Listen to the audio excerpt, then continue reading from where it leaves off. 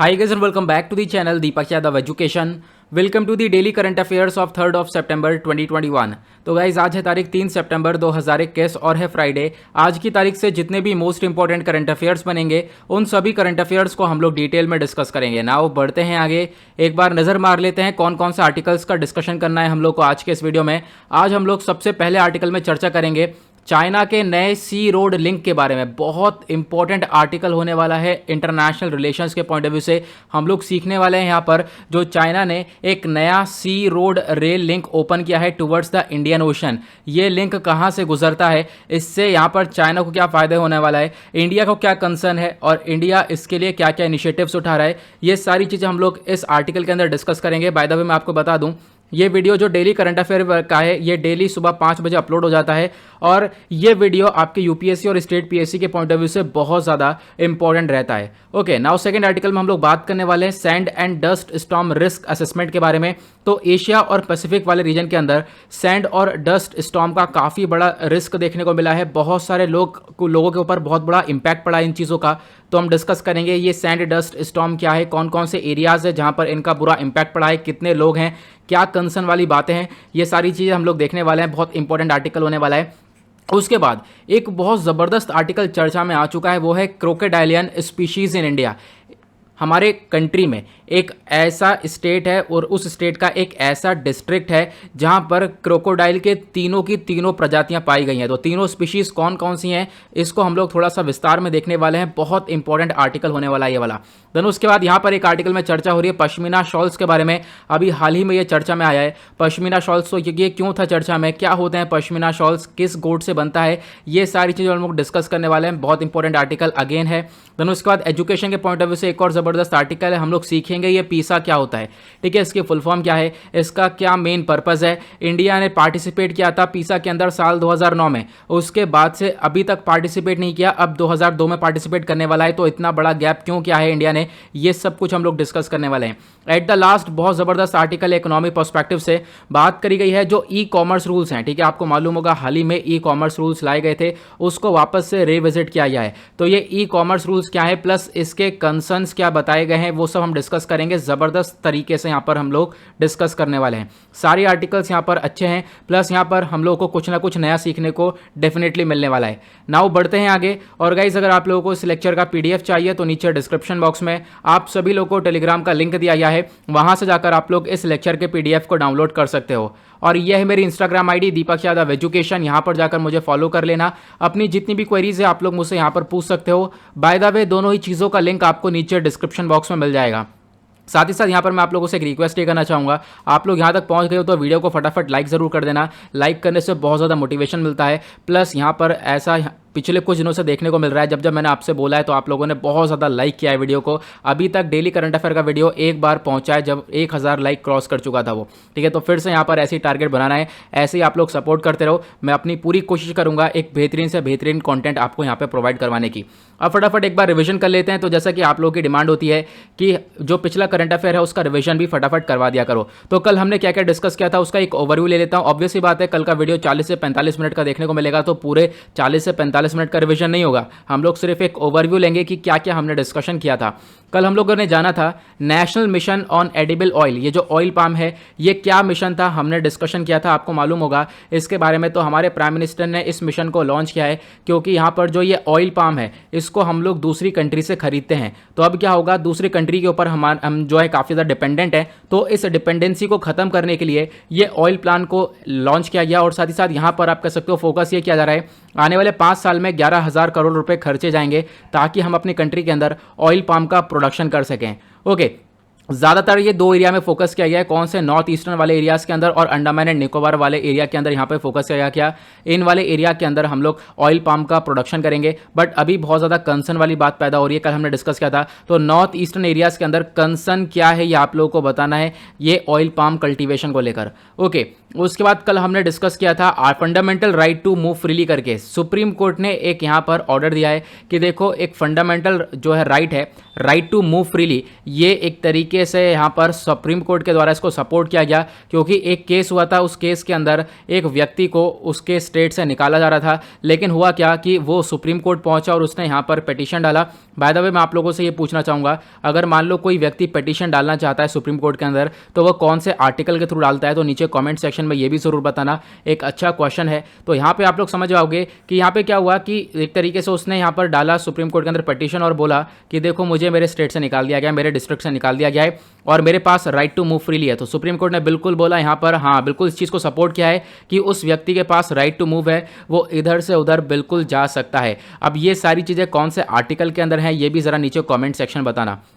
उसके बाद कल हमने डिस्कशन किया था वेस्ट नाइल वायरस इन्फेक्शन के बारे में। तो ये जो वेस्ट नाइल वायरस है एक तरीके से अभी रशिया के अंदर काफ़ी तेज़ी से फैलता हुआ नजर आया है। आप लोगों से क्वेश्चन ये बनता है, ये वायरस सबसे पहली बार कौन सी कंट्री के अंदर ओरिजिन हुआ था और ये किस बेसिस पर इसका नाम वेस्ट नाइल वायरस रखा गया है, कल मैंने आपको बताया था।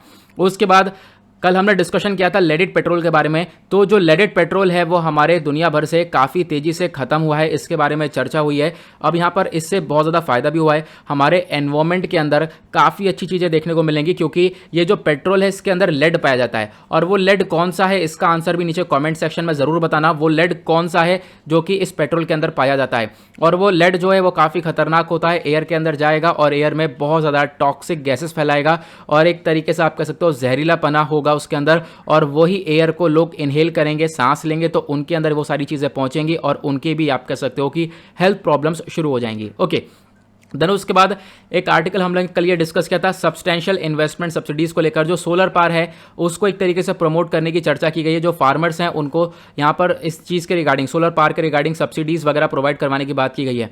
उसके बाद हमने डिस्कशन किया था दारा शिकोह के बारे में। तो दारा शिकोह एक पर्सनैलिटी है, इनके बारे में हमने चर्चा की थी।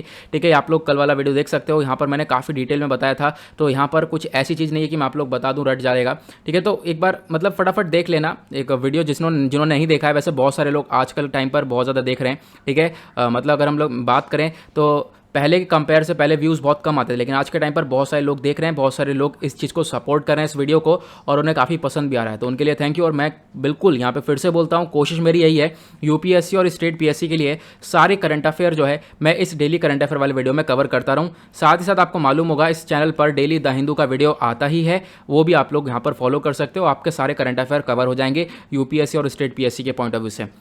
एट द लास्ट हम लोगों ने कल बात की थी दार्जिलिंग हिमालयन रेलवेज़ के बारे में। तो जो दार्जिलिंग हिमालयन रेलवेज़ है उसको यूनेस्को वर्ल्ड हेरिटेज साइट मिला हुआ था। देखो बहुत पहले मिला हुआ था, अभी यहाँ पर ये चर्चा में आया था, कल हमने डिस्कस किया था इस रेलवे के बारे में काफ़ी कुछ। तो यहाँ पे एक क्वेश्चन आप लोगों से ये बनता है, यूनेस्को वर्ल्ड हेरिटेज साइट हमारे हमारे कंट्री के अंदर इंडिया के कितने यहाँ पर आप कह सकते हो यूनेस्को वर्ल्ड हेरिटेज साइट्स हैं, ये भी ज़रा नीचे कॉमेंट सेक्शन में सभी लोग को बताना है। आई होप आपको सभी चीज़ें क्लियर हुई हैं। नाउ बढ़ते हैं आर्टिकल की तरफ। आज का जो सबसे पहला आर्टिकल होने वाला है वो होगा इंटरनेशनल रिलेशंस के पॉइंट ऑफ व्यू से इंपॉर्टेंट। ये आर्टिकल जीएस पेपर 2 के पॉइंट ऑफ व्यू से इंपॉर्टेंट होने वाला है। तो आपको मालूम होना चाहिए आईआर आपका जीएस पेपर 2 के अंदर स्टैंड करता है। यहाँ पे बहुत कुछ सीखने वाले हैं, बहुत इंपॉर्टेंट आर्टिकल है। चाइना ने एक नया सी रोड लिंक इनिशिएटिव यहाँ पर जारी कर दिया है, और आप कह सकते हो ये सी रोड लिंक ओपन कर दिया गया है इंडियन ओशन में। मतलब यहाँ पे मैं आपको एक चीज़ बताता हूँ, चाइना ने क्या किया है, अपनी कनेक्टिविटी इंडियन ओशन में बढ़ा दी है, इंडियन ओशन से अपने आप को कनेक्ट कर लिया है। अब यहाँ पर हम लोग समझेंगे, देखो पहले भी यहाँ पर ये एक बार कनेक्ट कर चुका है, हम वो भी डिस्कस करेंगे कौन से एरिया से कनेक्टेड है। अब ये नया वाला ट्रेड कॉरिडोर कौन सा बनाया गया है, तो यहाँ पे आप देख पाओगे न्यूज़ द हिंदू के द्वारा कवरी करी गई है, और बहुत ज़्यादा इंपॉर्टेंट यह आर्टिकल देखने को मिलेगा कि हाल ही में एक नया सी रोड लिंक बनाया गया है। कहाँ से? चेंगडू चाइना से जो है कनेक्ट करेगा म्यांमार यांगोंग को। ओके, तो यहाँ पे मैं आपको सब कुछ मैप से क्लियर करूँगा। यहाँ पे आप लोग देख पा रहे होंगे, यह है हमारा महान भारत, यह है इंडिया का मैप, और इंडिया के कंपैरिजन में आपको चाइना ऊपर की साइड देखने को मिलेगा। फिर चाइना के अंदर यहाँ पर आपको एक प्रोविंस देखने को मिल जाएगा, चेंगडू प्रोविंस, उसके बाद यहाँ पर लिंकांग प्रोविंस, उसके बाद म्यांमार का यहाँ पर एक जगह है यांगोंग। ठीक है, तो ये कनेक्टिविटी बनाई गई है। तो चाइना ने अभी क्या किया है, सामान पहुँचा लिया है चेंगडू में, और ये इंडियन ओशन है नीचे, तो इंडियन ओशन से सामान यहाँ पर पहुँचाया गया यांगोंग, यांगोंग से सामान यहाँ पर आप कह सकते हो रोड से, ये सामान रोड से पहुंचा है कहाँ पर, लिंकांग में, और फिर लिंकांग से चेंगडू तक रेल से पहुंचा है। और यहाँ पे यांगोंग में कैसे पहुंचा था, ये सामान आया कहाँ से, तो सिंगापुर से सामान आया था, सिंगापुर से यहाँ तक पहुंचा है कहाँ, किससे, सी से, समुद्र से। इसी वजह से इसको सी रोड रेल लिंक बोला गया है। आई होप आपको ये क्लियर हो गया होगा। अभी मैं और भी चीज़ें क्लियर करने वाला हूँ, थोड़ा सा यहाँ पर बने रहना वीडियो के अंदर।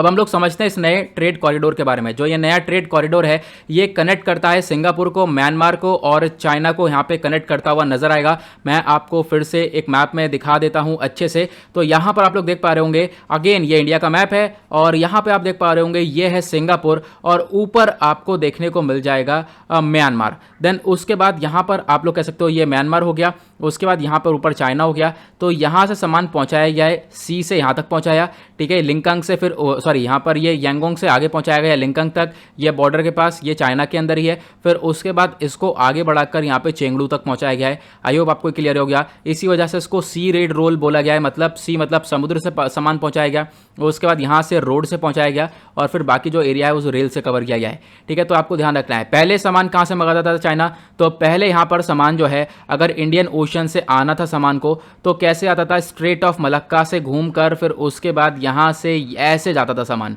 लेकिन अब क्या है, यहाँ पर चाइना ने एक और रास्ता निकाल लिया है, वो ये वाला। अब जो स्ट्रेट ऑफ मलक्का है इसकी ज़रूरत इतनी पड़ेगी नहीं और स्ट्रेट ऑफ मलक्का काफ़ी हद तक इंडिया के कंट्रोल में रहता है और आप कह सकते हो अब इंडिया के ऊपर डिपेंडेंसी चाइना ने ख़त्म कर दी है, ऐसा आप लोग यहाँ पर कह सकते हो। ओके, अब यहाँ पर आई होप आपको ये सारी चीज़ें क्लियर हो गई होंगी। ये ट्रेड रूट किस किस कंट्रीज़ के बीच में है, सिंगापुर, म्यांमार और चाइना के बीच में।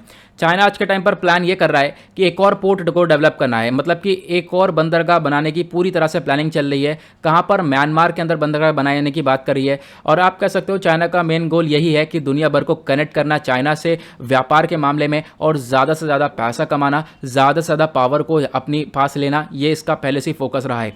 उसके बाद चाइना प्लान ये कर रहा है कि जो म्यांमार वाला रीजन है इसको बॉर्डर इकोनॉमिक कोऑपरेटिव जोन बना दिया जाए, जो चाइना का बेल्ट एंड रोड इनिशिएटिव है उसके अंडर में ही। साथ ही साथ यहां पर बोला जा रहा है कि जो ये ट्रेड वाला कॉरिडोर भी बनाया गया है ये चाइना के लिए एक लाइफ ब्लड होने वाला है, ठीक है। उसके बाद यहाँ पर आप कह सकते हो ऑब्वियस ही बात है म्यांमार को इससे क्या फायदा होगा, क्योंकि म्यांमार के थ्रू यहाँ पर ये ट्रेड रूट निकल रहा है तो म्यांमार को भी यहाँ पर सोर्स ऑफ इनकम जनरेट होगा, म्यांमार के पास भी पैसा आएगा, तभी यहाँ पर म्यांमार राजी हुआ है, तभी म्यांमार ने यहाँ पर अपने थ्रू एक तरीके से ये कनेक्टिविटी बढ़ाई है। ओके, तो म्यांमार को फायदा होता हुआ नजर आएगा। अब देखो क्वेश्चन ये है, क्या ये पहला ऐसा कॉरिडोर है जो कि इंडियन ओशन से कनेक्ट कर रहा है चाइना को? बिल्कुल नहीं, एक और कॉरिडोर है। तो यह एक और ट्रेड कॉरिडोर है, वो कनेक्ट करता है ग्वादर पोर्ट से, ठीक है। यहाँ पर आप कह सकते हो ग्वादर पोर्ट से, जो कि पाकिस्तान के अंदर है, वो चाइना को कनेक्ट करता है। मैं भी आपको फिर से मैप में दिखाता हूँ, तभी आपको चीज़ें अच्छे से क्लियर होती हुई नजर आएंगी। ग्वादर पोर्ट कहाँ पर है, यहाँ पर आप देख पाओगे, ये पाकिस्तान का मैप हो गया, यहाँ पर ग्वादर पोर्ट है, ये कनेक्ट कर रहा है किससे, ये वाला आप रेड वाली लाइन देख रहे होंगे, ये POK से वाले रीजन से निकलकर ये चाइना को कनेक्ट कर रहा है, ठीक है। तो यहाँ पर आप कह सकते हो नीचे इंडियन ओशन है, तो इंडियन ओशन को दोनों तरफ से एक तरीके से कनेक्ट कर लिया है चाइना ने, और एक तरीके से आप कह सकते हो पूरे भारत को चाइना घेर चुका है, और उसको हम लोग स्ट्रिंग ऑफ पर्ल बोलते हैं। अभी मैं आपको वो कॉन्सेप्ट भी सिखाऊंगा कि किस प्रकार से चाइना ने पूरे भारत को घेर लिया है, ठीक है, वो भी मैं अभी आपको सिखाने वाला हूँ। बहुत अच्छा यहाँ पे कॉन्सेप्ट है। उसके बाद यहाँ पे हम लोगों ने सीख लिया ग्वादर पोर्ट से एक कनेक्टिविटी है, दूसरी कनेक्टिविटी म्यांमार से आ चुकी है, ठीक है। दो तरफ से यहाँ पर इंडियन ओशन को कनेक्ट कर चुका है चाइना अपने आप से। अब क्या हुआ, जो ये नया वाला ट्रेड रूट है जो कि सिंगापुर, म्यांमार और चाइना के बीच में है, अब इस ट्रेड रूट में क्या हुआ, ये जो मलक्का वाला स्ट्रेट है उसकी ज़रूरत नहीं होगी। अब क्या हो गया, मलक्का का एक ऑल्टरनेटिव चाइना के पास आ चुका है। जो ये मलक्का डिलेमा था इसको कॉइन किया गया था, मतलब आया था साल 2003 के अंदर, आपको ध्यान रखना है। अब क्वेश्चन ये है, ये जो स्ट्रेट था मलक्का, स्ट्रेट ऑफ मलक्का, अब इसके ऊपर डिपेंडेंसी चाइना की खत्म हो गई, चाइना भी इसके ऊपर डिपेंडेंट नहीं है। कुछ सामान मंगाना होगा तो वो यहीं पर एक तरीके से म्यांमार के थ्रू निकाल देगा सामान, ठीक है, ये आपको समझना है। स्ट्रेट ऑफ मलक्का कहाँ पर है, तो इस वाले रीजन में देखने को मिलेगा, नीचे इंडोनेशिया हो गया, ऊपर मलेशिया, इधर सिंगापुर, यहाँ पर आपको स्ट्रेट ऑफ मलक्का देखने को मिलेगा। और ये आप वर्ल्ड मैप देख पा रहे होंगे, वर्ल्ड मैप में स्ट्रेट ऑफ मलक्का, ये इंडियन ओशन हो गया, ये है स्ट्रेट ऑफ मलक्का, ठीक है। यहाँ से भी सामान निकलता है और स्ट्रेट ऑफ मलक्का कनेक्ट करता है दो बड़े बड़े ओशन को, एक है इंडियन ओशन और इधर साउथ चाइना सी पैसिफिक ओशन आपको देखने को मिल जाएगा। तो यहाँ पे आप इस बड़े वाले मैप में देख पा रहे होंगे, यहाँ पर एक इंडियन ओशन को कनेक्ट करता है स्ट्रेट ऑफ मलक्का, फिर उसके बाद आप यहाँ से जा सकते हो कहाँ पर, पैसिफिक ओशन में। ओके, तो दो बड़े बड़े ओशन को कनेक्ट कर रहा है, बेसिकली उसको ही स्ट्रेट बोलते हैं हम लोग। आई होप आपको ये क्लियर हो गया है, ये एक एक चीज़ क्लियर हो रही है। उसके बाद यहाँ पर हम लोग बात करते हैं स्ट्रिंग ऑफ पर्ल किसके को बोलते हैं, ठीक है। स्ट्रिंग ऑफ पर्ल मतलब यहाँ पर चाइना ने एक माला सा बना दिया है, आप कह सकते हो पूरी तरफ से घेर लिया है, ठीक है। इंडिया को आप देख सकते हो, रेड डॉट्स दिख रहे होंगे, यहाँ पर भारत को पूरी तरफ से घेर लिया है। वो कैसे घेर लिया है अभी मैं आपको बताता हूँ। अभी कनेक्टिविटी, ये चाइना हो गया, ठीक है। चाइना ने अभी यहाँ पर एक जो ट्रेड रूट है वो यहाँ से बना दिया है सिंगापुर से यहाँ पे जो सामान होगा इंडियन ओशन से वो जाएगा म्यांमार से यहाँ पर जाएगा कहाँ पे लिंगकोंग, उसके बाद यहाँ पे जाएगा चेंगडू तक। ठीक है, ये कनेक्टिविटी हो गई। अब यहाँ पर चाइना ने इतना घेर लिया। अब यहाँ पर आप कह सकते हो म्यांमार से कनेक्टिविटी हो गई। म्यांमार के बाद श्रीलंका के अंदर यहाँ पर एक पोर्ट को खरीद रखा है, आपको मालूम होगा। ठीक है, चाइना ने यहाँ पर श्रीलंका के अंदर एक पोर्ट पूरा खरीद रखा है। उसके बाद मालदीव्स के अंदर इतना पैसा लगा रखा है कि बहुत ज़्यादा पैसा लगा रखा है। ठीक है, फिर यहाँ पर आप कह सकते हो इस तरीके से कनेक्टिविटी हो गई। फिर उसके बाद आप लोग देख सकते हो ऊपर की साइड यहाँ पर ये जाएंगे तो यहाँ पर ग्वादर पोर्ट हो गया, ग्वादर पोर्ट से कनेक्टिविटी देखने को मिल गई। तो मतलब चाइना ने इस चारों तरफ से आप देख सकते हो कि यहाँ पर ये घेर चुका है इंडिया को। उसके बाद यहाँ से कनेक्टिविटी यहाँ से फिर से चाइना के पास जा रहा है। तो चाइना यहाँ पर है, इसने मतलब एक तरीके से स्ट्रिंज ऑफ पर्ल बना लिया है, ये एक माला पहना दी है पूरी, और एक तरीके से आप कह सकते हो यहाँ पर ये घेर चुका है, ऐसा यहाँ पर बोला गया।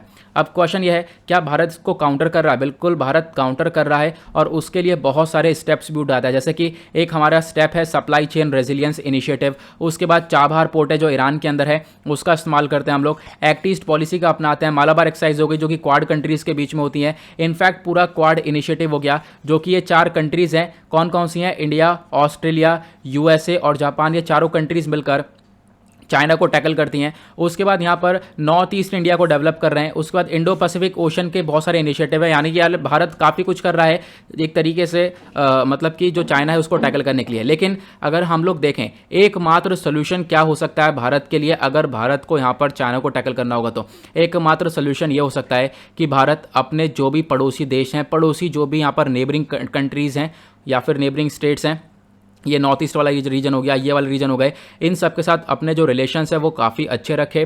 प्लस इतने अच्छे रखे कि अगर यहाँ पर चाइना इनके पास आता है, कुछ ऑफर करता है, कनेक्टिविटी बढ़ाने की बात करता है, तो ये लोग क्या करें, इंडिया के पास आकर पहले यहाँ पर आपस में डिस्कशन करें, उसके बाद यहाँ पर कुछ स्टेप्स उठाए जाएँ। तो ये यहाँ पर इतना ज़्यादा अपने रिलेशंस को बढ़ाने पड़ेंगे, ऐसा बोला गया है। ओके, आई होप आपको ये पूरा आर्टिकल क्लियर हो गया होगा, ये क्या है मुद्दा, चाइना कैसे कनेक्टिविटी बढ़ाता हुआ नजर आ रहा है। बढ़ते हैं अगले आर्टिकल की तरफ। अगला आर्टिकल एनवायरमेंट पर्सपेक्टिव से इंपॉर्टेंट होने वाला है और एनवायरमेंट सेक्शन स्टैंड करता है जीएस पेपर 3 के अंदर। आई होप आप सभी लोगों को अपने सिलेबस के बारे में मालूम होगा। इस आर्टिकल में चर्चा हो रही है सैंड एंड डस्ट स्टॉर्म के बारे में। तो बोला गया सैंड और डस्ट स्टॉर्म की वजह से बहुत ज़्यादा अफेक्ट पड़ता हुआ नजर आ रहा है। आप कह सकते हो कि मतलब बहुत ज़्यादा लोगों की जान गई है। कौन कौन से रीजन है जहाँ जहाँ पर सैंड और डस्ट स्टॉर्म आ रहा है उसको भी हम लोग यहाँ पर कवर करने वाले हैं। यहाँ पर आप देख पाओगे एक आर्टिकल है और आर्टिकल है डाउन टू अर्थ का। डाउन टू अर्थ एक one of the most important source है यूपीएससी करंट अफेयर के लिए, इसको आप लोग कभी भी स्किप नहीं कर सकते। यहाँ पे चर्चा हो रही है सैंड और डस्ट स्टॉर्म के बारे में। मतलब एक ऐसा तूफान जिसमें यहाँ पर पूरी तरह से रेत धूल भरी पड़ी है, जैसा आप लोग यहाँ पर ये सामने एक वीडियो में देख पा रहे होंगे। ठीक है, अब क्या है, एक नया यूनाइटेड नेशन की रिपोर्ट आई है। ठीक है, यूएन की रिपोर्ट आई है, उसमें पता ये लगा लगभग 500 मिलियन से ज़्यादा जो लोग इंडिया के अंदर हैं, ठीक है, या फिर आप कह सकते हो बहुत ज़्यादा पॉपुलेशन तुर्कमेनिस्तान के अंदर, पाकिस्तान के अंदर, उज़्बेकिस्तान, तजिकिस्तान और इस्लामिक रिपब्लिक ऑफ ईरान, ये सारी कंट्रीज़ और इंडिया, इन सभी कंट्रीज़ के अंदर जो लोग हैं वो बहुत बुरी तरीके से सफ़र कर रहे हैं। किसकी वजह से?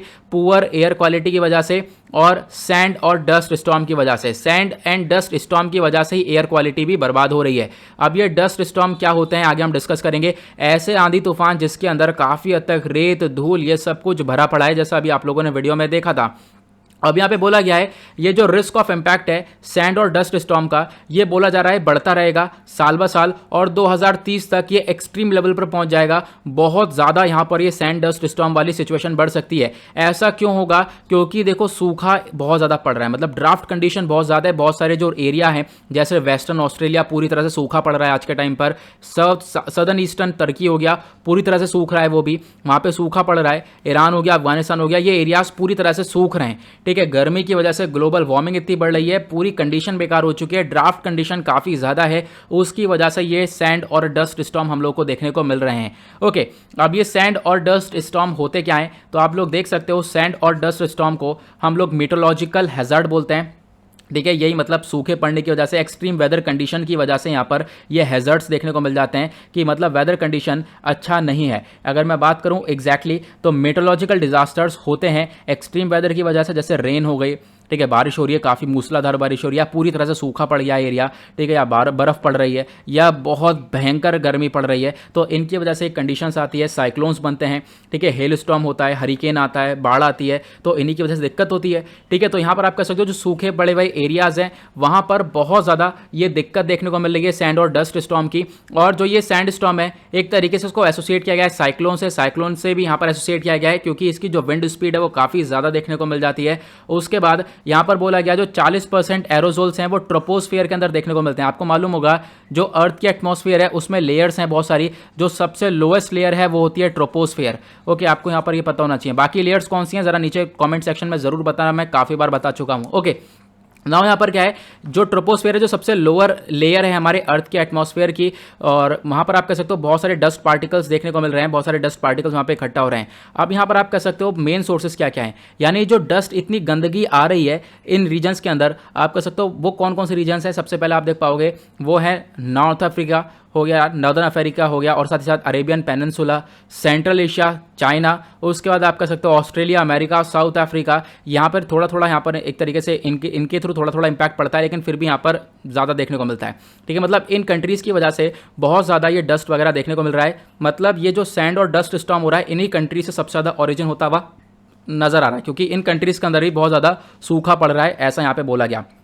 अब इसका इम्पैक्ट क्या है, देखो इम्पैक्ट में अगर हम बात करते हैं पहले इसके नेगेटिव इम्पैक्ट देखेंगे, देन उसका कोशिश करेंगे कुछ पॉजिटिव इम्पैक्ट भी देख लें। नेगेटिव इम्पैक्ट क्या है, पावर प्लांट्स के ऊपर बहुत ज़्यादा इम्पैक्ट पड़ता है। भाई इतनी तगड़ी आंधी आई, पूरा यहाँ पर धूल रेत उठी पड़ी है और इतना तेज विंड स्पीड है, उसकी वजह से क्या होता है जो इलेक्ट्रिसिटी वाली लाइंस होती हैं वो अफेक्ट होती हैं, वो टूट टाट जाती हैं, पावर आउटेज हो जाता है, लाइट वगैरह सब कुछ चली जाती है, ऐसी चीज़ें देखने को मिलती हैं। इंडिया, चाइना, पाकिस्तान के अंदर तो बहुत ज़्यादा एनर्जी लॉस देखने को मिला है। इनफैक्ट इंडिया का अगर डेटा बात करें तो इंडिया के अंदर पर ईयर हर साल 782 करोड़ रुपए का नुकसान होता है, इतना इन डस्ट स्टॉर्म की वजह से, ठीक है, इन आंधी तूफानों की वजह से।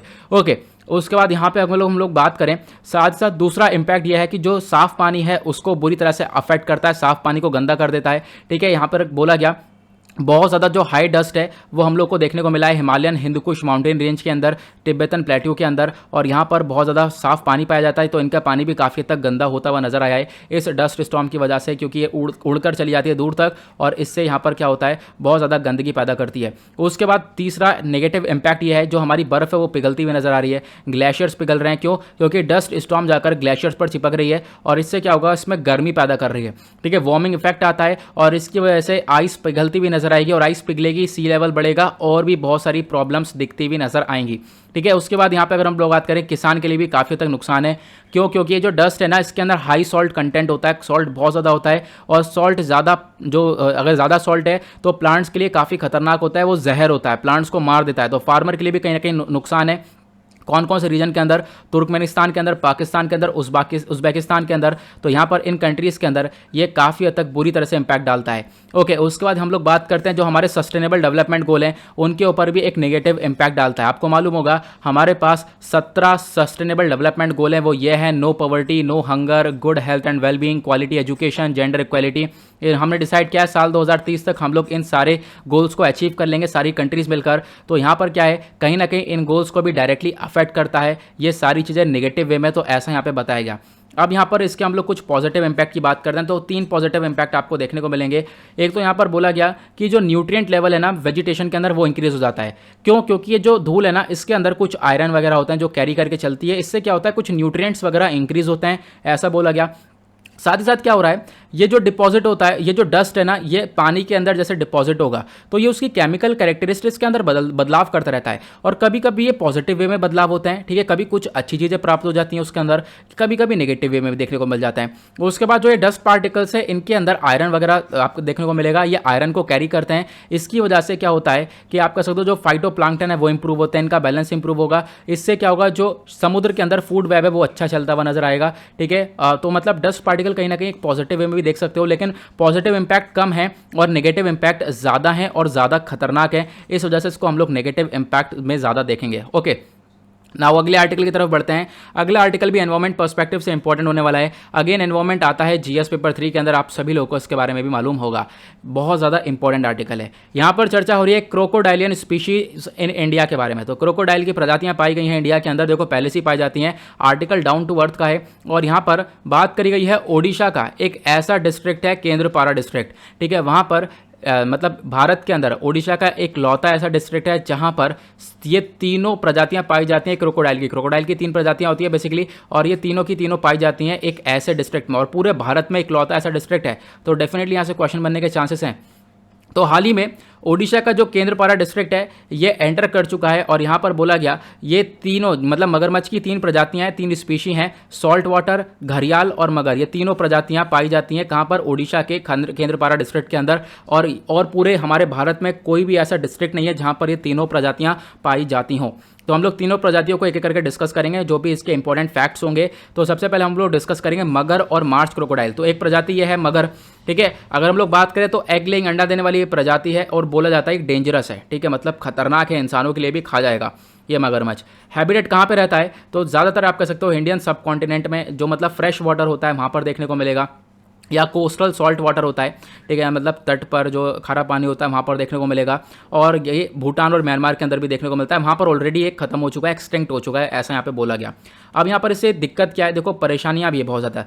मतलब ये जो प्रजाति है खत्म हो रही है, इसको खतरा क्या है? खतरा है जो हैबिटेट है, जो यहाँ पर इसके आसपास का रीजन है वो डिस्ट्रॉय हो रहा है। मतलब एनवायरमेंट चेंज देखने को मिलेगा, क्लाइमेट चेंज देखने को मिलेगा, बर्बादी चल रही है, इतनी फॉरेस्ट इतने बर्बाद हो रहे हैं, तो हैबिटेट डिस्ट्रक्शन देखने को मिल ही रहा है। उसके बाद बहुत सारे लोग मछली मारने जाते हैं, ठीक है। क्रोकोडाइल के अलग अलग पार्ट्स का जो है मेडिकल पर्पस पे इस्तेमाल किया जाता है, तो उस क्रोकोडाइल को मार दिया जाता है, तो इनको काफ़ी हद तक खतरा भी है। अब बात करें प्रोटेक्शन स्टेटस की, तो यहाँ पे देखो ये जो क्रोकोडाइल है मगर वाला, इसको यहाँ पर स्टेटस मिला है IUCN के अंदर वल्नरेबल कैटेगरी का, मतलब ये प्रजाति खतरे में है, इसको प्रोटेक्शन की ज़रूरत है। ओके, उसके बाद जो अगली वाली प्रजाति है वो है एस्टुएरिन, जिसको हम लोग सॉल्ट वाटर क्रोकोडाइल बोलते हैं, जो कि यहाँ पे आपको पिक्चर में दिख रहा होगा। अगर हम लोग बात करें तो ये जो सॉल्ट वाटर क्रोकोडाइल है, ठीक है, इसको पूरे मतलब पृथ्वी का सबसे बड़ा क्रोकोडाइल की प्रजाति मानी जाती है। मतलब ये साइज़ में भी बहुत बड़ा होता है, काफ़ी भयानक होता है। तो यहाँ पर ये सबसे बड़ी प्रजाति मानी जाती है पूरे पृथ्वी के ऊपर। तो आपको ध्यान रखना है ये कौन सी प्रजाति है, वो है एस्टुएरिन या फिर सॉल्ट वाटर क्रोकोडाइल। कहाँ पे पाई जाती है? ओडिशा के अंदर पाई जाती है, जो भितरकनिका नेशनल पार्क है, सुंदरबंस हो गए वेस्ट बंगाल के अंदर, और अंडमान निकोबार आइलैंड हो गए, तो यहाँ सभी जगह पर यह प्रजाति देखने को मिलती है। ओके, उसके बाद इसको क्या खतरा है? देखो इलीगल हंटिंग होती है, अवैध तरीके से इसको मार दिया जाता है, और वही हैबिटेट लॉस हो रहा है। उसका प्रोटेक्शन स्टेटस की अगर हम बात करें तो एक तरीके से लीस्ट कंसर्न की कैटेगरी में आता है, मतलब कि इसमें इतने खतरे में नहीं है, इसकी प्रजाति बहुत ज़्यादा है, इतना खतरा में ये देखने को मिलेगा नहीं, तो ऐसा यहाँ पर बोला गया। उसके बाद थर्ड यहाँ पे प्रजाति कौन सी है? थर्ड है वो घड़ियाल, ठीक है, अभी हमने डिस्कस किया था, ये तीसरी प्रजाति है। ये तीन मेन प्रजातियाँ होती है क्रोकोडाइल की, और ये अभी ओडिशा के जो है एक डिस्ट्रिक्ट के अंदर तीनों प्रजातियाँ पाई गई हैं। जो घड़ियाल है इसको हम लोग गैवियाल भी बोलते हैं, आपको ध्यान रखना है, ये एक एशियन क्रोकोडाइलियन है। उसके बाद यहाँ पर बोला गया है कि देखो ये हार्मलेस है, इतना खतरनाक नहीं होता, इसको जो खाना चाहिए वो मछली खा के अपना काम कर लेता है, फिश ईटिंग स्पीशी है ये, यहाँ पे इंसानों को नहीं खाता, इतना मतलब हार्मलेस बोला गया, इतना खतरनाक नहीं है हम लोगों के लिए। उसके बाद यहाँ पे बोला गया जहाँ जहाँ घड़ियाल पाया जाएगा समझ लेना वहाँ पर पानी बिल्कुल साफ़ है, क्योंकि ये जो घड़ियाल है ये पानी में रहना, साफ़ पानी में रहना पसंद करते हैं। और इनकी पहचान कैसी है? इनकी एक लंबी थिन स्नाउट होती है, यहाँ पर आप देख सकते हो, इनका जो मुंह है थोड़ा सा लंबा सा देखने को मिलता है। ओके, हैबिटेट की बात करें तो ज़्यादातर साफ़ पानी में पाए जाते हैं, जो हिमालयन रिवर्स है उसकी साफ़ पानी में पाए जाते हैं, चंबल रिवर में पाए जाते हैं, घाघरा और भी बहुत सारी अदर हिमालयन रिवर्स जैसे घाघरा, गंडक, गिरवा रिवर, रामगंगा रिवर, तो इन सभी नदियों में ये क्रोकोडाइल पाया जाता है। उसके बाद थ्रेट क्या है? इसको भी इलीगल तरीके से मार दिया जाता है, पोचिंग होती है, पकड़ के इधर उधर ट्रांसफ़र किया जाता है, ठीक है। रिवर पॉल्यूशन बढ़ रहा है, ठीक है, नदियों में एक तरीके से प्रदूषण इतना बढ़ रहा है, डैम बन रहे हैं, उसकी वजह से इनकी जान को खतरा रहता है।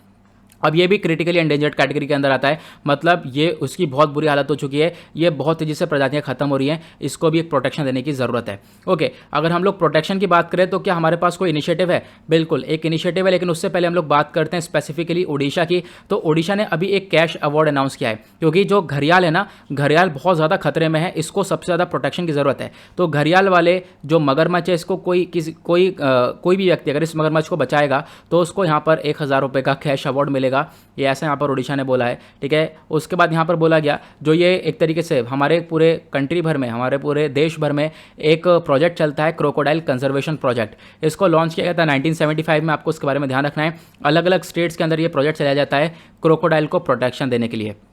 नाउ बढ़ते हैं अगले आर्टिकल की तरफ। अगला आर्टिकल इकोनॉमी पर्सपेक्टिव से इंपॉर्टेंट होने वाला है, इकोनॉमी आता है जीएस पेपर 3 के अंदर। यहाँ पर चर्चा हो रही है पश्मीना शॉल्स के बारे में। तो पश्मीना शॉल्स हम लोग को कश्मीर के अंदर दिखाई पड़ते हैं और कश्मीर के अंदर ये शॉल सबसे ज़्यादा फेमस हैं। तो न्यूज़ में क्यों है आप देख पाओगे, द हिंदू का आर्टिकल है, क्योंकि एक नया इनिशिएटिव चलाया गया है जम्मू एंड कश्मीर के अंदर, ताकि जो पश्मीना शॉल्स की एक तरीके से ग्लोरी थी, लोग दुनिया भर में जानते थे, ठीक है, इंडिया भर में लोग मतलब शॉल्स का नाम चलता था तो पश्मीना शॉल सबसे टॉप पर रहता था। तो उसको रिस्टोर किया जा रहा है, क्योंकि एक तरीके से खत्म हो गए थे ये शॉल्स, अब उसको वापस से रिस्टोर किया जा रहा है। अब यहाँ पर आप कह सकते हो जो डायरेक्टरेट ऑफ हैंडीक्राफ्ट एंड और हैंडलूम है, तो यहाँ पर आप कह सकते हो इन्होंने अनाउंस कर दिया एक मिनिमम सपोर्ट प्राइस एमएसपी यहाँ पर प्रोवाइड करवाएंगे इस पश्मीना शॉल के लिए।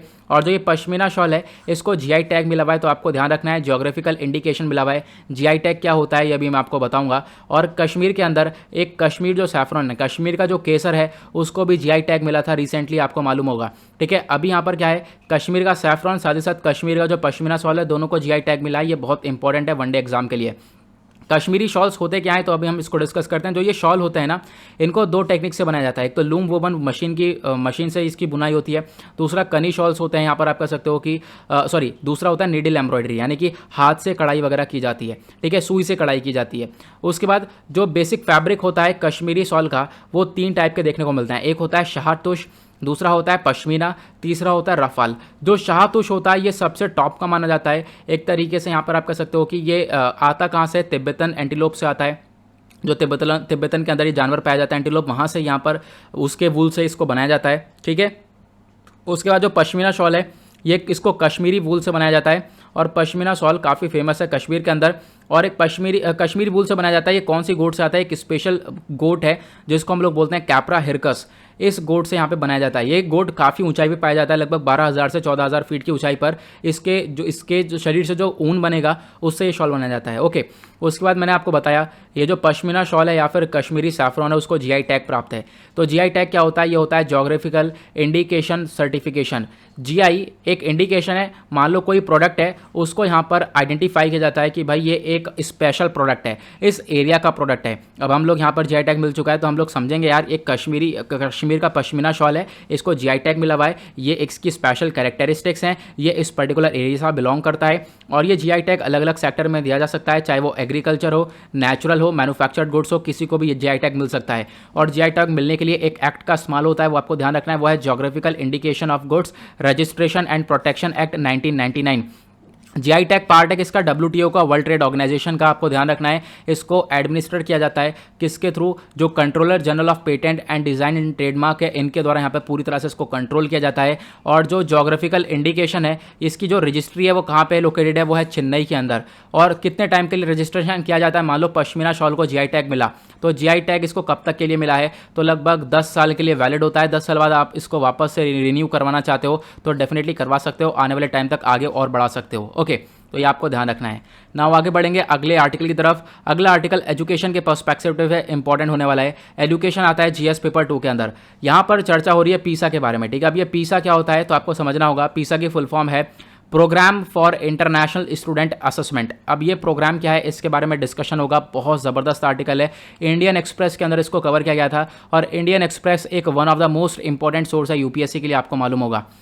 तो अभी क्या होने वाला है, इंडिया जो है इसके अंदर पार्टिसिपेट करने वाला है, तो पीसा के अंदर पार्टिसिपेट करेगा, और पीसा यहाँ पर होगा सितंबर 2021 के अंदर। तो इसके बारे में हम डिस्कस करेंगे। पीसा है क्या, तो सबसे पहले आपको समझना होगा ये एक कॉम्पिटेंसी बेस्ड टेस्ट है, यानी कि एक टेस्ट होता है ये, ठीक है। अब ये टेस्ट होता है इंटरनेशनल लेवल पर। अब यहाँ पर कौन से लोग हैं, 15 साल के बच्चे यहाँ पे जो हैं, 15 साल के बच्चे जो है यहाँ पर आप कह सकते हो ये एबल हैं, ये जाकर टेस्ट दे सकते हैं। और इस टेस्ट के अंदर मेजर किया जाएगा इनकी रीडिंग स्किल्स को, इनके मैथमेटिक्स स्किल को, साइंस लिटरेसी। तो हर 3 साल के अंदर ये चीज़ें अप्लाई की जाती हैं, आपको ध्यान रखना है। अब जो ये पूरा का पूरा इंटरनेशनल सर्वे है, ये कौन कंडक्ट करवाएगा, ये कंडक्ट करवाता है OECD, organisation for economic cooperation development. ये क्या होता है आगे मैं आपको बताऊँगा, ठीक है। जो पहला इसका एक तरीके से आप कह सकते हो कि जो पहला पीसा कंडक्ट हुआ था वो हुआ था साल 2000 में। यहाँ पर पता चलेगा कौन सी कंट्री की, मतलब हर कंट्री से बच्चे जाएंगे, और हर कंट्री से बच्चे जाकर यहाँ पर एक टेस्ट अप्लाई करेंगे, उसके अंदर देखेंगे कौन सी कंट्री के बच्चे सबसे आगे हैं।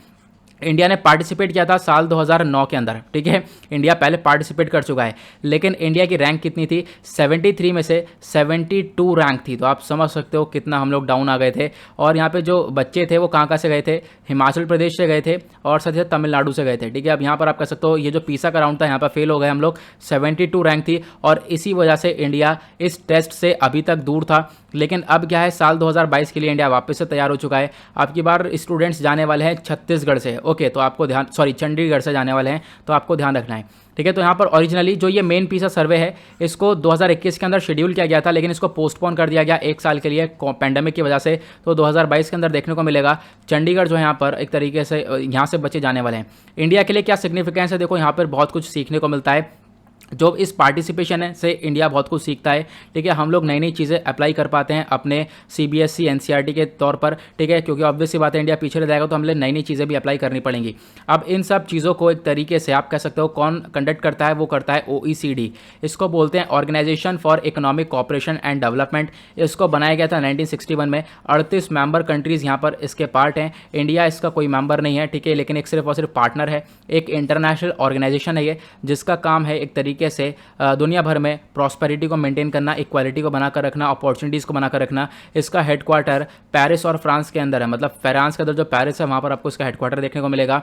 साथ ही साथ इसका एक तरीके से जो financial action task force FATF secretariat है, ये कहाँ पे लोकेटेड है, ये भी लोकेटेड है OECD हेडक्वार्टर्स के अंदर। तो एक और बात आपको यहाँ पर जानने को मिल गई है। नाउ बढ़ते हैं अगले आर्टिकल की तरफ। अगला आर्टिकल अगेन इकोनॉमी पर्सपेक्टिव से इंपॉर्टेंट होने वाला है और इकोनॉमी सेक्शन आता है GS पेपर 3 के अंदर। आज का लास्ट आर्टिकल चर्चा करता है रिविजिटिंग ड्राफ्ट ई-कॉमर्स रूल्स के बारे में। तो ई-कॉमर्स रूल्स क्या होते हैं अभी हम डिस्कस करेंगे। इंडियन एक्सप्रेस का यह आर्टिकल है, वापस से चर्चा हो रही है कि ई-कॉमर्स जो रूल्स हैं 2021 इसके अंदर कुछ कंसर्न्स है, कुछ चिंता वाली बात है। वो चिंता वाली बात क्या है आगे हम लोग डिस्कस करेंगे। सबसे पहले आपको ये ई-कॉमर्स रूल्स को समझना होगा।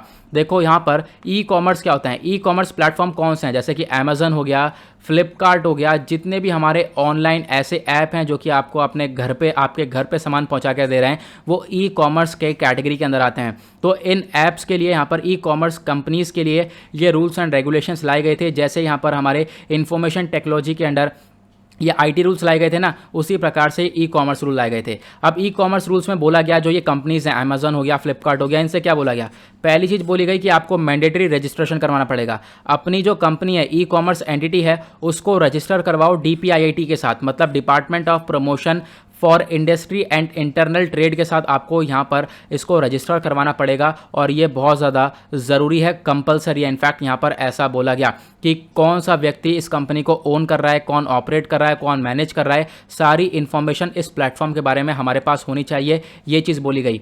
उसके बाद यहाँ पर बोला गया इन अमेजॉन, ये जो कंपनीज़ एक तरीके से ई कॉमर्स बोल लूँगा मैं यहाँ पर, ई कॉमर्स कंपनीज़ हैं एक तरीके से, इनकी जो फ्लैश सेल्स है उसको लिमिट किया जा सके।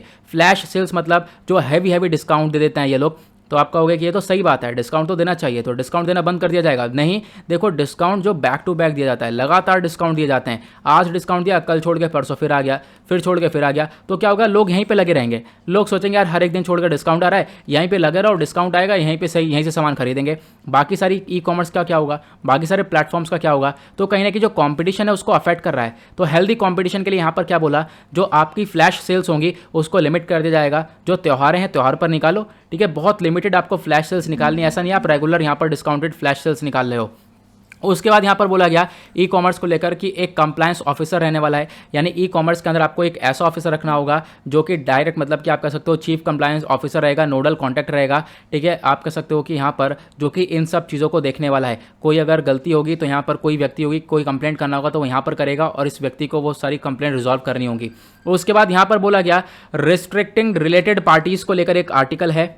मतलब यह है कि देखो कोई यहाँ पर ई प्लेटफॉर्म है, अमेजन है, उसका कोई जानने वाला दूसरा प्लेटफॉर्म है, तो ऐसा ना हो कि देखो यहाँ पे आप कोई भी अमेजन से आप कोई सामान परचेस कर रहे हो तो सारी इन्फॉर्मेशन आपके पास, आपकी जो इन्फॉर्मेशन अमेजन के पास है, तो ऐसा ना हो कि यहाँ पर ये दूसरी पार्टी के साथ अपनी जो भी इन्फॉर्मेशन है वो शेयर करे, तो ऐसा ना यहाँ पर देखने को मिले। इसके ऊपर फोकस किया गया है। साथ ही साथ जो कंट्री ऑफ ऑरिजिन है वो बताया जाए कि ये जो एंटिटी है यहाँ पर इसको आइडेंटिफाई किया जाएगा। जो भी गुड्स होंगे, जो भी प्रोडक्ट यहाँ पे आप खरीदोगे, उसका कंट्री ऑफ ऑरिजिन बताया जाए, वो प्रोडक्ट कहाँ से बना हुआ है, ठीक है, ये चीज़ हो। साथ ही साथ हर एक प्रोडक्ट का ऑल्टरनेटिव हो, ठीक है, कि अगर यहाँ पर किसी व्यक्ति को ये प्रोडक्ट पसंद नहीं आ रहा है तो उसके ऑल्टरनेटिव में वो दूसरा प्रोडक्ट ले सके। ये चीज़ यहाँ पर बोली गई भारत के द्वारा। उसके बाद यहाँ पर बोला गया कि जितनी भी कंप्लेंट्स होंगी, मान लो यहाँ पर सरकार ने कुछ बोला ई कॉमर्स एंटिटी से जल्दी से ये करो, तो इसका जो रिस्पॉन्स है वो 72 घंटे के अंदर देना ही होगा इन लोगों को। तो यहाँ पर कुछ यहाँ पर आप कह सकते हो इनकी कमर कस दी है ई कॉमर्स कंपनीज़ की हमारी भारत सरकार ने, ये सारे ड्राफ्ट रूल्स लाकर। तो आपको समझना है यही है ई कॉमर्स रूल्स 2021।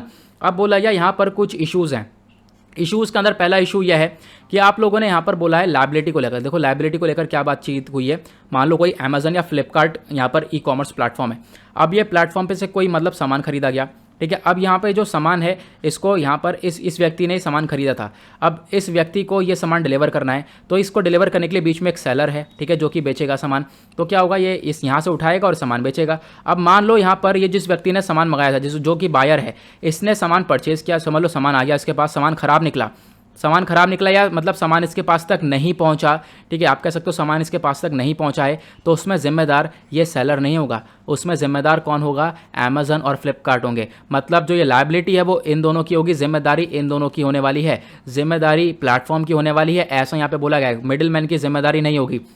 अब यहाँ पर एक कंसर्न वाली बात है, तो यहाँ पर जो प्लेटफॉर्म से उड़ गए, कह रहे यार ये चीज़ बहुत गलत है, ये एक सबसे बड़ा इशू है। उसके बाद टाइट रेगुलेशंस डाल दिए आपने, जैसे इन्फॉर्मेशन टेक्नोलॉजी जो इंटरमीडिएरी रूल्स लेकर आए गए थे सोशल मीडिया के लिए 2021 वाले, उसी प्रकार से आपने ये रूल लागू कर दिए हैं। और आज के टाइम पर जो IT रूल्स है उसको लेकर इतना बवाल हो रहा है, बहुत सारे हाई कोर्ट के अंदर चैलेंज किए जा रहे हैं, ठीक है। गवर्नमेंट ने यहाँ पर पूरी तरह से कोशिश करी है अपने कंट्रोल दबाने की, और वैसे यहाँ पर गवर्नमेंट ये भी काम कर रही है, ऑनलाइन जो ये प्लेटफॉर्म्स हैं इनको भी कंट्रोल करने की कोशिश कर रही है। तो बहुत ज़्यादा टाइट रेगुलेशंस हैं। तो ये दो इश्यूज़ यहाँ पर देखे गए हैं, ऐसा यहाँ पर बताया गया। Okay, now I hope guys आप सभी लोगों को ये आर्टिकल अच्छे से क्लियर हो गए होंगे। बहुत इंपॉर्टेंट आर्टिकल एग्जाम पर्सपेक्टिव से, आप चाहो तो साथ ही साथ नोट्स भी बनाते हुए चलना। मिलते हैं आप लोगों से नेक्स्ट वीडियो में। आज के लिए bye bye, have a nice day, thank you and जय हिंद।